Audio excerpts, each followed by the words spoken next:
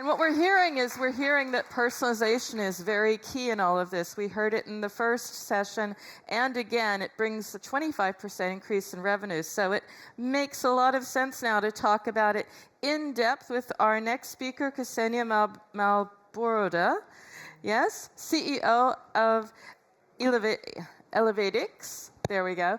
And personalization is a hot topic. The stage is all yours. Welcome. Hi, I'm Kseniia Maiboroda, and I'm CEO and co-founder in Elevatix, and I help mobile games to get the high technology by very easy way to grow your revenue. And basically happy to be on the Pocket Gamer event again, and thank you all for joining on this session. So today I would like to speak about two trends, about two directions around the mobile games development. It's user experience and machine learning. Maybe you have some thoughts in your mind now how it can be connected, what's the common ground, and why we are talking about these two things in the one session. But I promise in the 15 minutes you'll get all answers to these questions, and I'll share the practical tips and tricks how you can develop the machine learning system, especially for your game, how you can use it, get something from the market or make it like in-house solution for your company. So first of all, let's speak about the user experience. In the modern life, it's not connected to some domain anymore. We don't split it, and we have just general habits in online ecosystems. And these habits are shaped by the big players on the market, big ecosystems that we have. It's social networks, it's e-commerce, it's some TV platforms or something like that. And everyone, you and your players and me, we use this stuff every day. And maybe after a hard working day, you come back home, open your favorite TV platform, I don't know what you prefer, Netflix, Prime Video, or Apple TV, something like that.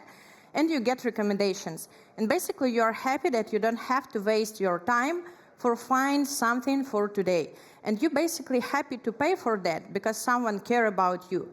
They can make the personalized content for you based on exactly your preferences, not, I don't know, some advertisement or something like that. That's exactly what you want to watch today. Some great TV show or good movie or something like that. And basically, we have three things that we get from these big ecosystems that we cannot ignore when we develop the mobile games. The first one is personalized content that we talk about now. The second one is subscriptions models. And the second one, the ecosystem approach in general. So what about our players? The way how players buy has changed for good, and they have absolutely different expectations now.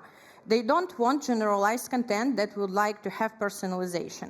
And they don't want to have like pre-scheduled event. They would like to have the dynamic content inside of your game, inside of your in-app purchases offers, inside everything that are around the game. People come to the game to play, you know, they would like to enjoy your gameplay. They don't want to close a lot of windows of your offers, some pop-ups or some very smart features that you would like to monetize through the players. And they just expect to have the kind of Netflix experience inside of your game because they are happy to pay for that. Just imagine if you open, again, your favorite TV platform and you see there are absolutely not relevant content there. Your thoughts about that? Okay, the price is too high, right? I don't want to pay for the system that not care about my preferences. I don't want to waste my time to click next, next, next, and looking for something that is relevant exactly for me. And the same your players feel when they open the game and they get 5 pop-ups of the personal offers on the login, and they need click close, close, close, close, and they just don't want to buy it. They want to play. It's not relevant content. It's not relevant bundles for them. So talk about personalization and generalization, what's the difference? So basically, the segmentation is not a rocket science, and probably all of you use it in some way, right? But what's the generalization? It's when we are trying to find some common parameters for the players and make from them groups. So we not have really personalization for the player. We have some general approach for the groups of these players. And the parameters that we use usually is location, platform, operational system, maybe level that this player play right now. Following these parameters, we are trying to find the common approach for the thousands of players in one group. And based on this group, we set up the offers. And based on this group, we are trying to make these offers effective. And to make that, we have to set up a lot of offers and hope that at least one of these offers would be bought. It's logical because we are trying to just justify our CPU, and that's the reason why our retention rate can be not so good as we expect it to have. And retention rate, it's like very important KPI. And my point of view in Elevatix and how I do mobile games and the service for mobile games, that we don't have to choose between LTV and retention rate, because it's not the, only LTV is main and retention rate is not important. We have to make the smart balance. And to make the smart balance, personalization is the thing that will help us to do that. What's the point of personalization? To analyze every player in-game journey, to analyze exactly behavior and action of every player inside of the game. What's the action after a level win? What's the action after a level lost? What's the engagement parameter of exactly this player? And in addition to demographical parameters and all the stuff that we use for generalization, we can analyze a lot of things about the purchasing behavior, impression for every offer, and so on. And based on the analysis of these parameters and their combinations, we can build the custom personal offers for everyone in the game. What I mean when I'm saying custom offers, we have the custom bundle, custom price, and custom place inside of the game that are really comfortable and personalized for exactly this player inside of the game. And we can set up the smart timing and smart frequency for every player, because someone prefers to buy every session, but someone just once a month. And we have to adjust our user experience for everyone who is playing your game. And now we will move to the machine learning and look on some examples. So you can see here two handsome men, the King Charles and Ozzy Osbourne, both male, born 1948, raised in UK, married twice, lives in castle, wealthy and famous. So we can look on these parameters and say, okay, they're in the same segment, right? Based on these demographical parameters. And probably that's true. And we can cover only 60% of the players with this approach because, in the privacy-first world, a lot of players just doesn't want to consent with GDPR dialogue. They don't want to share IDFA and so on and so on. So if we will lean on the demographical data, we can cover only 60% of the players. And now we can apply the personalized approach here for the same people. And we can see that for the King Charles, for example, we have the parameters like place 2 sessions per day, 1 purchase per day, average bill around $100, love boosters, and close the game if level lost, and prefer to buy enough purchases on the login. But for Ozzy Osbourne, we have absolutely different metrics. You can see it on the slide. With this approach, we can cover 100% of the players because we don't use the sensitive data to analyze the behavior inside of the game. And based on these parameters, you can see that approach for 2 of these players should be absolutely different because in gaming behavior and their habits are absolutely different. But based on the generalized approach, as you remember, they would be in the one segment, right? So why I'm talking about the machine learning in combination with the user experience?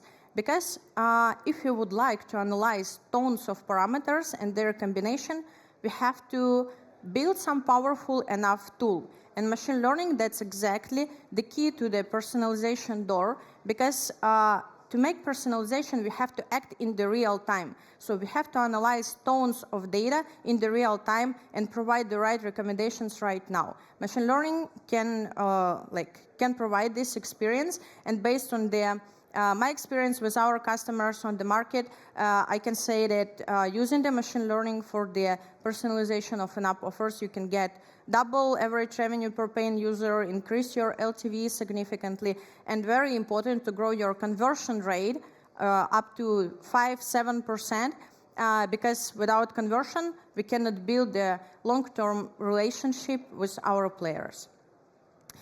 So we have 2 options now, how we can get the machine learning for the mobile games. The first one is to build in-house solution, and the second one to integrate third party from the market. Let's see the pros and cons of the both options, and let's start from the in-house solution.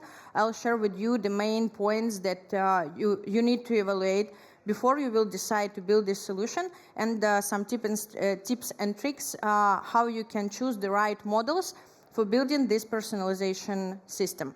So first of all, you have to hire the right experts to your team, because the technical stack for the machine learning systems are absolutely different from the technical stack for the mobile games development. You'll need the data scientist, analytical team, ML engineer, and DevOps, at least. Then the next one, you have to choose the technical approach. Here is two options. The first one, to build algorithms from the scratch by your team. So from A to Z, you build the algorithms and ML models. The second one, to buy existing on the market models, for example, from AWS. They have really powerful models. They're quite mature. They're ready to analyze behavior and make recommendations. But here we need to understand that the general models that we can buy from AWS, for example, they are not targeted exactly for the mobile gaming. They are targeted for all systems, I mean for the food delivery, for the Uber, for the mobile gaming, for e-commerce, and so on and so on. So the level of accuracy will not be so good as if you build it from the scratch, exactly targeted for the mobile games. The next one is choose the type of the model. We have 4 types of the machine learning models, and for mobile games, basically use, and I advise you to use that. It's semi-supervised machine learning models. What does it mean? It's when the machine learning trained not just automatically by itself, but you have the analytical team who review the results of machine learning and give the feedback to machine learning class, like this is right, this wrong, this right, this wrong, and machine learning model retrain again based on this feedback. If you would like to build a system exactly targeted for the mobile games, it's the best approach, and like your team can do it just like in-house solution. The next one, you have to ensure the big enough relevant data set, because the core fact that will ensure the accuracy of your machine learning is not just the right model, but also the right data set that you will choose to train this model. And as we built with you the machine learning model for exactly the mobile game, we have to build the data set, especially with the behavioral data for the players of mobile games. Just to give you the preliminary numbers, if you have the mobile game with DAU, average DAU like 1 million, you'll need the data set for the last 6 months to start to train your model. And the last but not least, it's the training timeline. So how long after we develop the model, we ensure the data set, how long it will take to train your model, and you can go live and get some result. Again, if you are talking about a mobile game with DAU preliminary 1 million, it will take around 4 or 5 months after everything is done. So you run your ML live, and it will take 4 or 5 months if you have 1 million DAU to train model and to start to get real results. So you can just evaluate if you would like to make in-house solution, if you have enough time, enough budget to hire this team. So in general, the timeline of developing the system is around 1 or 1.5 years. So it's good investment, but depends on your game life cycle and your goals for now. So the second option is to get some third party from the market and integrate some tool.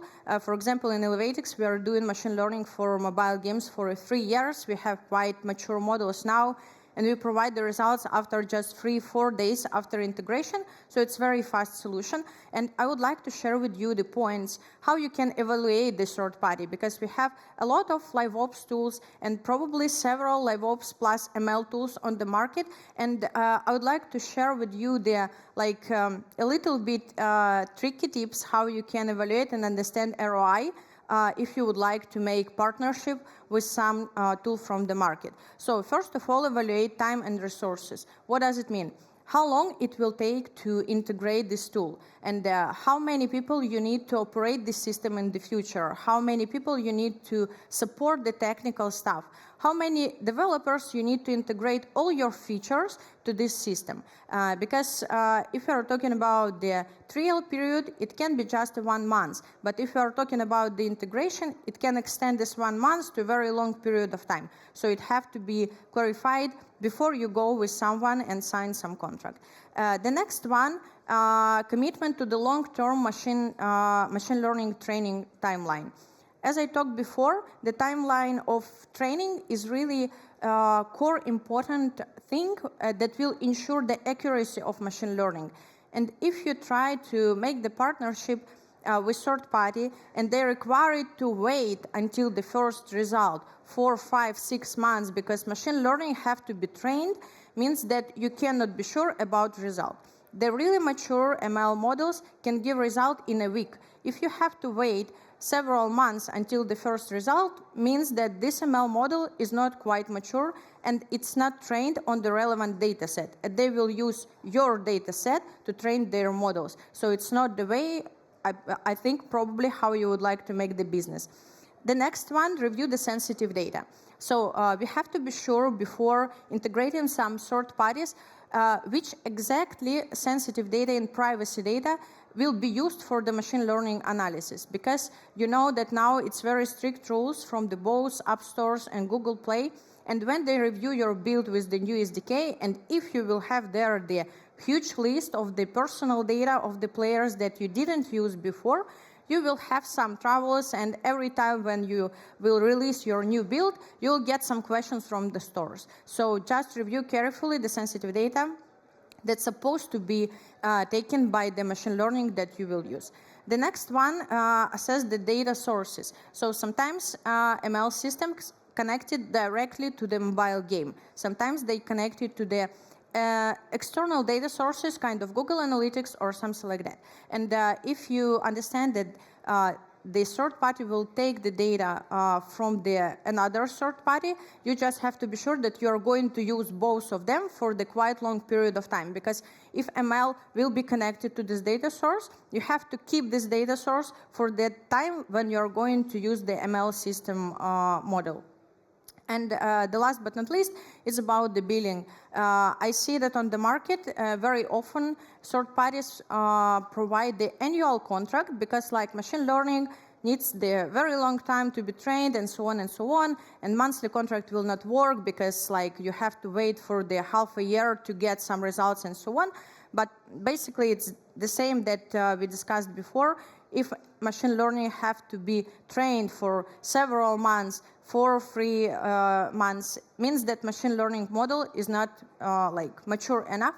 So the monthly billing can be used for machine learning, even if someone will talk you that no, just annual, and you have to wait 6 months to get the first results.